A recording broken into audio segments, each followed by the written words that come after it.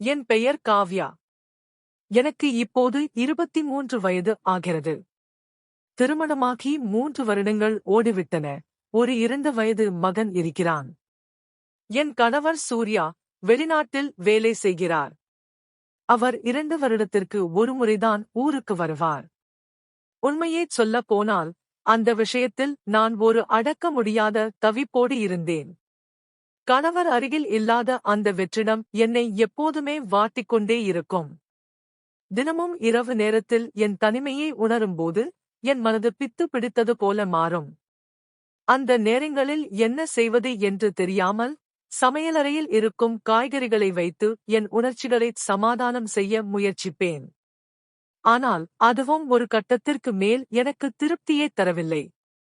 தெருவில் போகும் ஆண்களைப் பார்க்கும்போது கூட, யாராவது ஒருவன் என் ஆசையே தீர்க்க மாட்டானா என்று ஏங்கும் நிலைக்கு என் மனது தள்ளப்பட்டது.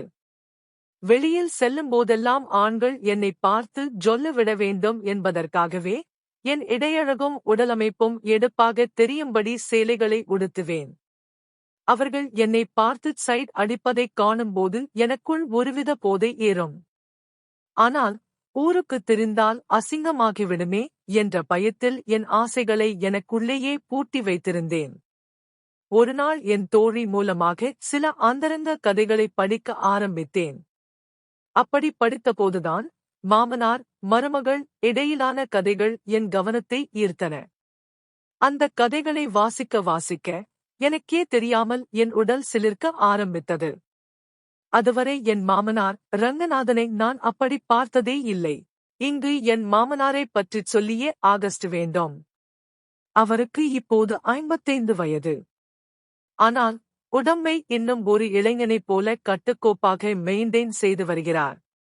என் மாமியார் ஒரு விபத்தில் இறந்துவிட்டதால் அவரும் கடந்த சில ஆண்டுகளாக தனிமையில்தான் வாழ்ந்து வருகிறார். நானும் கணவன் இல்லாமல் தனியாக இருக்கிறேன். அவரும் மனைவி இல்லாமல் தனியாக இருக்கிறார்.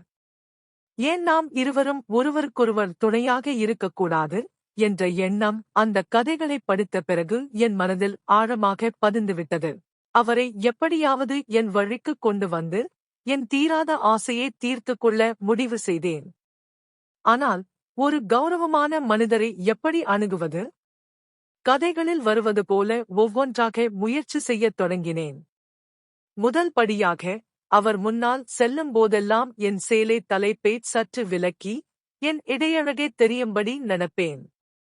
அவர் என்னை பார்க்கும்போது, இன்று மயங்குவாரா? நாளை மயங்குவாரா என்று ஏக்கத்தோடு காத்திருந்தேன். ஆனால் நடந்தது வேறு.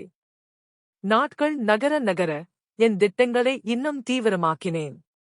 கதைகளில் படித்தது போல, அவர் பார்வை என் மீது படும்படி பல தந்திரங்களைச் செய்ய ஆரம்பித்தேன். சாதாரணமாக வீட்டு வேலைகள் செய்யும்போது கூட, அவர் ஹாலில் அமர்ந்திருந்தால், நான் குனிந்து பெருக்கும்போதும் அல்லது துணி துவைக்கும் போதும் என் சேலை தளர்வாக இருப்பது போல பாவனை செய்வேன். எந்த ஒரு ஆணும் அந்த அழகைக் கண்டால் அப்படியே சொக்கிப் போய்விடுவான். ஆனால் ரங்கநாதன் மாமா? அவர் ஒரு பாறையைப் போல அசையாமல் இருந்தார். அவர் என்னை பார்த்தாலும் கண்டும் காணாதது போல தன் செய்தித்தாளையோ அல்லது டிவியையோ பார்த்துக் கொண்டு செல்வார். சில நேரங்களில் நான் வேண்டுமென்றே அவர் அருகில் சென்று, மாமா, காபி வேணுமா என்று கேட்கும்போது, என் மேனி வாசனையும் நெருக்கமும் அவருக்கு தெரியும்படி நிற்பேன். அப்போதும் அவர் மிக நிதானமாக, சரி காவ்யா, வச்சிட்டு போ என்று ஒற்றை வார்த்தையில் சொல்லிவிடுவார். அவருடைய இந்த நிதானம் எனக்குள் ஒரு பக்கம் ஆத்திரத்தையும், இன்னொரு பக்கம் இன்னும் பெரிய ஈர்ப்பையும் தந்தது. இந்த மனுஷன் இவ்வளவு கல்லாக இருக்கிறாரே? ஒருவேளை இவருக்கு உணர்ச்சிகளே இல்லையோ என்று கூட எனக்குத் தோன்றியது. ஆனால் அவர் கண்டுகொள்ளாமல் இருந்ததுதான் என் ஆசையை இன்னும் தூண்டியது. எப்படியாவது அவரை என் வழிக்கு கொண்டு வர வேண்டும் என்ற வெறி எனக்குள் கூடிக்கொண்டே போனது.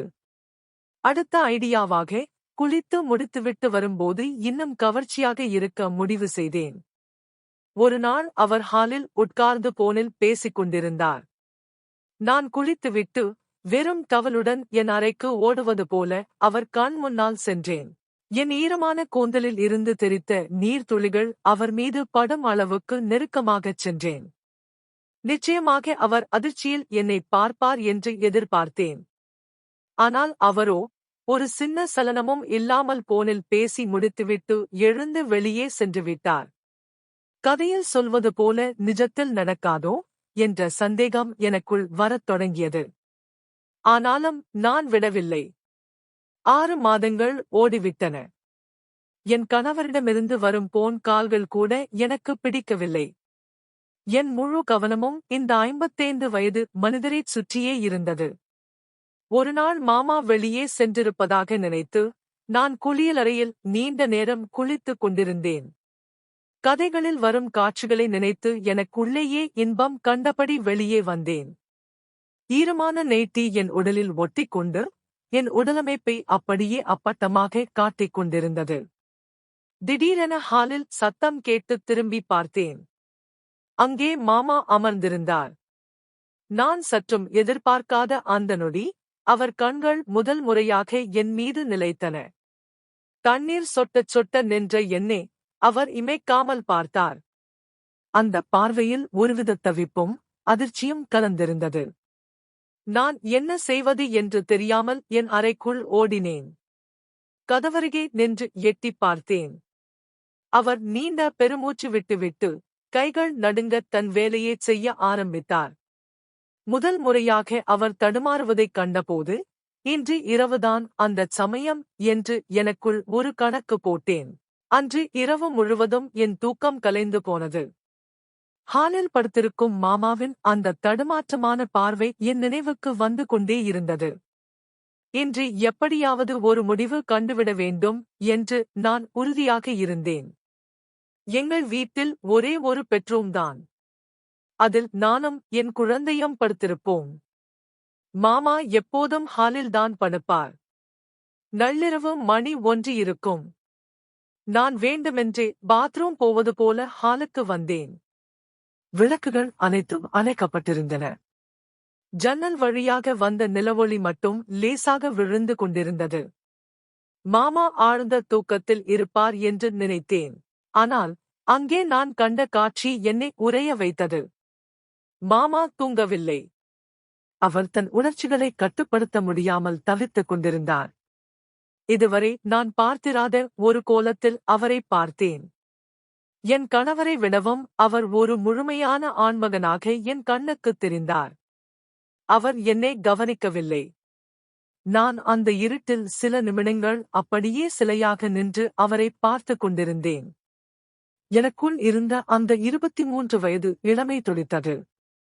இனிமேல் தாமதிக்கக் கூடாது என்று முடிவு செய்து மெல்ல அவர் அருகே சென்றேன். திடீரென அவர் திரும்பி பார்க்க அங்கே நான் நிற்பதைக் கண்டு அதிர்ச்சியில் உறைந்து போனார். சட்டென தன்னை சரி செய்து கொண்டு எழுந்து உட்கார்ந்தார். அவர் முகம் வேர்த்திருந்தது. காவ்யா, நீ இங்க என்ன பண்ற?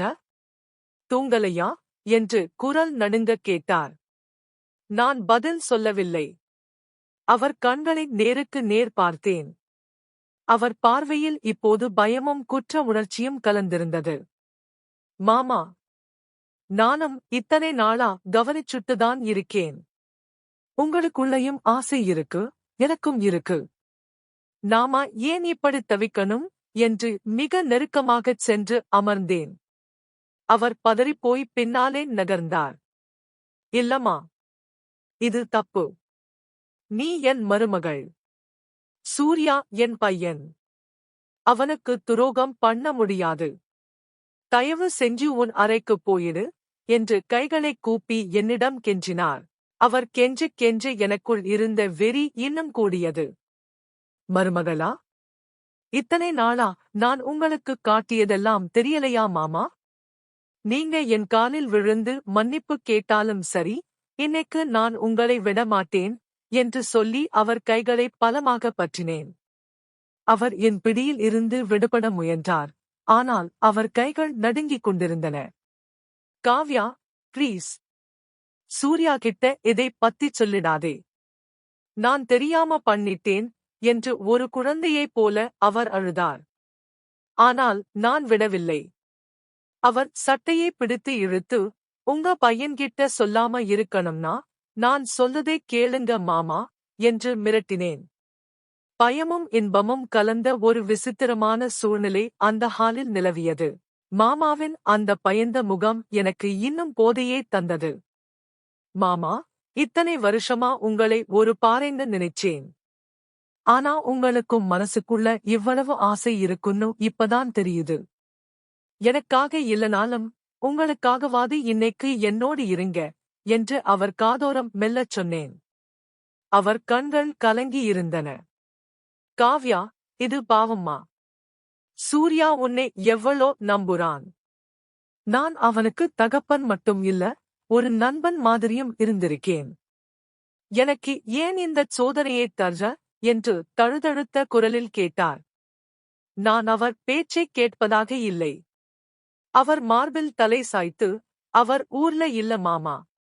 அவர் வரதுக்கு இன்னும் ஒரு வருஷம் ஆகும். அதுவரைக்கும் நான் எப்படி தனியா இருப்பேன்?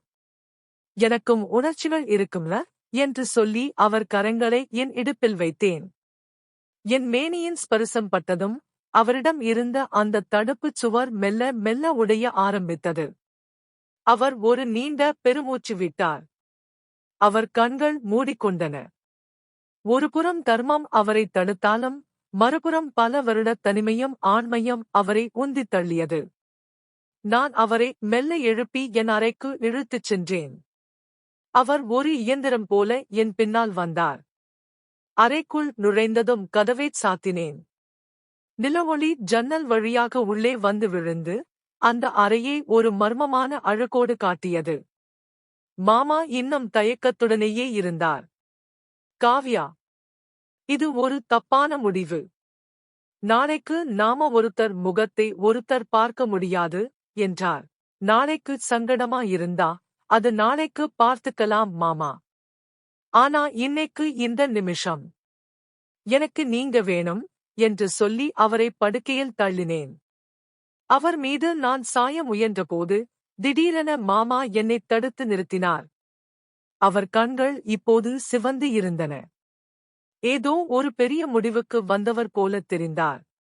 இரு காவ்யா, நீ கேட்டதுக்காக நான் இங்க வரல. நீ என் பையன்கிட்ட சொல்லிடுவேன்னு பயந்துதான் வந்தேன். ஆனா என்னால இதைச் செய்ய முடியாது என்று சொல்லி சட்டென கட்டிலில் இருந்து எழுந்து நின்றார். நான் அதிர்ச்சியில் பார்த்தேன். என்ன மாமா சொல்றீங்க? இவ்வளவு தூரம் வந்தப்புறம் இப்படி பேசுறீங்களே என்று கோபமாக கேட்டேன்.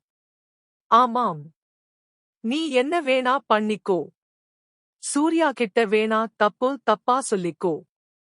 ஆனா என் பையன் முன்னாடி நான் தலைகுனிஞ்சு நின்னாலும் நிப்பேன். அவருக்கு துரோகம் பண்ணிட்டு ஒரு கௌரவம் இல்லாத மனுஷனா என்னால வாழ முடியாது என்று உறுதியான குரலில் சொன்னார். அவர் பேச பேச என் ஆத்திரம் கூடியது. அப்போ நீங்க வரமாட்டீங்களா? நான் சூர்யா கிட்ட போன் போட்டு இப்பவே எல்லாத்தையும் சொல்லப் போறேன் என்று போனை எடுத்தேன். மாமா ஒரு நிமிடம் அமைதியாக என்னை பார்த்தார். அந்த பார்வையில் கோபம் இல்லை, ஒருவித பரிதாபம் இருந்தது. சொல்லிக்கோமா. ஆனா ஒன்னு மட்டும் தெரிஞ்சுக்கோ, நிஜமான அன்புக்கும் வெறும் ஆசைக்கும் நிறைய வித்தியாசம் இருக்கு என்று சொல்லிவிட்டு அறைக்கதவைத் திறந்து வெளியே சென்றார். நான் அப்படியே சிலையாக நின்றேன். என் திட்டம் தோல்வியடைந்ததை என்னால் ஜீரணிக்க முடியவில்லை. ஆனால் அடுத்த சில நிமிடங்களில் மீண்டும் கதவு தட்டும் சத்தம் கேட்டது. இம்முறை மாமா இல்லை. கதவின் பின்னால் ஒரு பெரிய அதிர்ச்சி எனக்காக காத்திருந்தது. அறைக்கதவு தட்டப்படும் சத்தம் கேட்டு என் இதயம் ஒரு நிமிடம் நின்று துடித்தது. மாமாதான் மீண்டும் வந்திருப்பாரோ என்று நினைத்து ஒருவித எதிர்பார்ப்போடு கதவைத் திறந்தேன். ஆனால் வாசலில் நின்ற உருவத்தைப் பார்த்ததும் என் கைகால்கள் அப்படியே செயலிழந்து போயின. அங்கே நின்றது என் கணவர் சூர்யா. சூர்யா, நீ எப்படி இப்போ என்று வாய் குளறக் கேட்டேன். என் கண்கள் பயத்தில் அங்கும் இங்கும் அலைந்தன. தலைமுடி கலைந்து முகம் வேர்த்து நான் இருந்த கோலத்தைப் பார்த்தாலே யாருக்கும் சந்தேகம் வரும். சூர்யா என்னை பார்த்து புன்னகைத்தான். உனக்கு சர்ப்ரைஸ் கொடுக்கத்தான் சொல்லாம வந்தேன் காவ்யா. ஏன் இப்படி பதறுற? நான் வந்தது உனக்கு பிடிக்கலையா என்று கேட்டுக்கொண்டே அறைக்குள் நுழைந்தான். நான் என்ன சொல்வதென்று தெரியாமல் சிலையாக நின்றேன். சூர்யா வரும் வழியில் மாமாவைப் பார்த்திருப்பானா? மாமா நடந்ததைச் சொல்லியிருப்பாரா? என் மூளை 1008 கணக்குகளைப் போட்டது. சூர்யா தன் பேக்கை கீழே வைத்துவிட்டு, அப்பா எங்கே? ஹால்ல லைட் எரியுது, ஆனா அவரைக் காணோம் என்று கேட்டான். அவர் இப்பதான் பாத்ரூம் போனாருன்னு நினைக்கிறேன் என்று போய் சொன்னேன். சரியாக அந்த நேரம் மாமா ரங்கநாதன் உள்ளே வந்தார். அவர் முகம் மிகவும் அமைதியாக இருந்தது. அவர் கண்கள் என்னை ஒருமுறை பார்த்தன, ஆனால் அதில் எந்த கோபமும் இல்லை. சூர்யா ஓடிச் சென்று அவர் காலில் விழுந்து ஆசிர்வாதம் வாங்கினான். என்னப்பா, சொல்லாமலேயே வந்துட்டான்? நீங்க எப்படி இருக்கீங்க? காவ்யா உங்களை நல்லா பார்த்துக்கிறாளா என்று சூர்யா ஆசையாகக் கேட்டான். என் இதயம் தொண்டைக்குள் வந்து நின்றது. மாமா இப்போது உண்மையைச் சொன்னால் என் வாழ்க்கை இப்போதே முடிந்துவிடும். சூர்யா, உன் மனைவி காவ்யா என்று மாமா ஆரம்பிக்க, நான் கண்களை மூடிக்கொண்டேன். காவ்யா என்னை ரொம்ப நல்லா பார்த்துக்கிறாமா. எனக்கு ஒரு மகளா இருந்து எல்லாத்தையும் கவனிச்சுக்கிறா. நீ இல்லாத இந்த ஒரு வருஷமும் அவ ஒரு சின்ன குறை கூட இல்லாம இந்த வீட்டையும் என்னையும் பார்த்துக்கிட்டா என்று மாமா சொல்ல, நான் அப்படியே அதிர்ச்சியில் உறைந்து போனேன். சூர்யா என் பக்கம் திரும்பி பெருமையாக பார்த்தான். ஆனால் என்னால் அவன் முகத்தைப் பார்க்க முடியவில்லை. மாமா ஏன் பொய் சொன்னார்? நான் அவரை எவ்வளவு மிரட்டினேன், எவ்வளவு கேவலமாக நடந்து கொண்டேன். அப்படியிருந்தும் அவர் ஏன் என்னை காப்பாற்றுகிறார்? அன்று இரவு சூர்யா என்னிடம் பல கதைகளைப் பேசினான். ஆனால் என் கவனம் முழுவதும் மாமாவின் வார்த்தைகளிலேயே இருந்தது. அவர் நினைத்திருந்தால் என் துரோகத்தை அம்பலப்படுத்தியிருக்கலாம். ஆனால் அவர் என் கௌரவத்தை காத்தார்.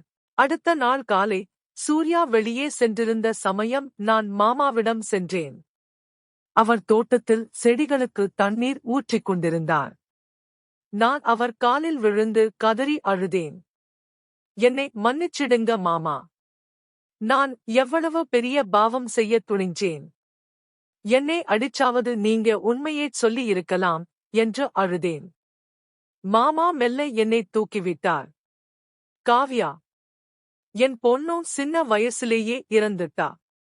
அவ இருந்திருந்தா உன்னை மாதிரிதான் இருந்திருப்பா.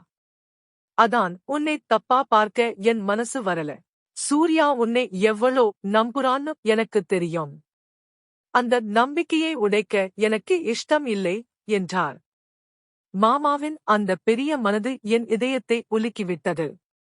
என் மகள் இறந்துவிட்டாள், அவளுக்கு பதில் நீதான் என் மகள் என்று அவர் சொன்ன அந்த ஒரு வார்த்தை என் மனதில் இருந்த அத்தனை அழுக்குகளையும் துடைத்து எறிந்தது. இவ்வளவு நாள் காமக் கண்ணோடு அவரை பார்த்த நான் இப்போது ஒரு தந்தையின் உருவத்தில் அவரை பார்த்தேன். மாமா, இனிமேல் நான் உங்களுக்கு ஒரு மகளா மட்டும் இல்லாம இந்த வீட்டின் கௌரவத்தை காப்பாத்துற மருமகளா இருப்பேன். என்னை தப்பா நினைச்சிராதீங்க என்று மீண்டும் அவர் கைகளைப் பற்றி கண்ணீர் விட்டேன். மாமா ரங்கநாதன் புன்னகைத்தார். காவ்யா, மனித மனசு சில நேரம் தடம் மாறும். அது வயசோட கோளாறு. ஆனா அதைச் சரி பண்ணிக்கிட்டு வரதுதான் உண்மையான ஒழுக்கம். இதைப் பத்தி இனிமே நாம பேச வேண்டாம். சூர்யா கிட்டையும் இது தெரிய வேண்டாம். இது நமக்குள் இருக்கும் ஒரு ரகசியமாவே இருக்கட்டும் என்று சொன்னார். அன்று மாலை சூர்யா வீட்டுக்கு வந்தபோது நான் அவனை எதிர்கொண்ட விதம் முற்றிலும் மாறியிருந்தது. என் கணவன் என் மீது வைத்திருக்கும் நம்பிக்கையும் என் மாமனார் என் கௌரவத்திற்காக பொய் சொன்ன அந்த தியாகமும் என்னை ஒரு புதிய மனுஷியாக மாற்றியிருந்தது. சூர்யா என்னிடம் சொன்னான், காவ்யா, அப்பாதான் எனக்கு போன் பண்ணி உன் மனைவி இங்க தனியா கஷ்டப்படுறா, நீ இனிமே வெளிநாட்டு வேலை வேணாம்னு ஊருக்கே வந்துடுன்னு சொல்லி கட்டாயப்படுத்தி வரவச்சாரு. அவராலதான் நான் இன்னைக்கு இங்க உன் கூட இருக்கேன். அதை கேட்டபோது எனக்குள் ஒரு மின்னல் வெட்டியது போல இருந்தது. மாமாவுக்கு என் தவிப்பு புரிந்திருக்கிறது. நான் ஏன் அப்படி தடம் மாறினேன் என்பதையும் அவர் உணர்ந்திருக்கிறார். அதனால்தான் தான் தர்மசங்கடமான நிலைக்கு தள்ளப்படுவோம் என்று தெரிந்தும் தன் மகனை திரும்ப வரவழைத்து என் வாழ்க்கையை சீரமைத்திருக்கிறார். அன்று இரவு பல மாதங்களுக்குப் பிறகு நான் நிம்மதியாக தூங்கினேன். என் மனதில் இருந்த அந்த தீராத ஆசை இப்போது அன்பால் நிறைந்திருந்தது. என் கணவன் அருகில் இருந்தான். என் மாமனார் ஒரு தெய்வமாக எனக்கு பின்னால் நின்றார். வாழ்க்கையில் சில நேரங்களில் நாம் எடுக்கும் தவறான முடிவுகள் நம்மை அதல பாதாளத்திற்கு இழுத்துச் செல்லும். ஆனால் ஒரு நல்ல மனிதரின் வழிகாட்டுதலும் மன்னிப்பும் நம்மை மீண்டும் நல்வழிப்படுத்தும் என்பதற்கு என் வாழ்க்கை ஒரு பெரிய பாடம். இந்த கதை உங்களுக்கு பிடிச்சிருந்தா மறக்காம லைக் பண்ணுங்க. இது போன்ற சுவாரஸ்யமான கதைகளை தொடர்ந்து கேட்க நம்ம மயா கதைகள் மாயா கதைகள் சேனலை சப்ஸ்கிரைப் பண்ணி வச்சுக்கோங்க. அடுத்த கதையில் சந்திப்போம். நன்றி.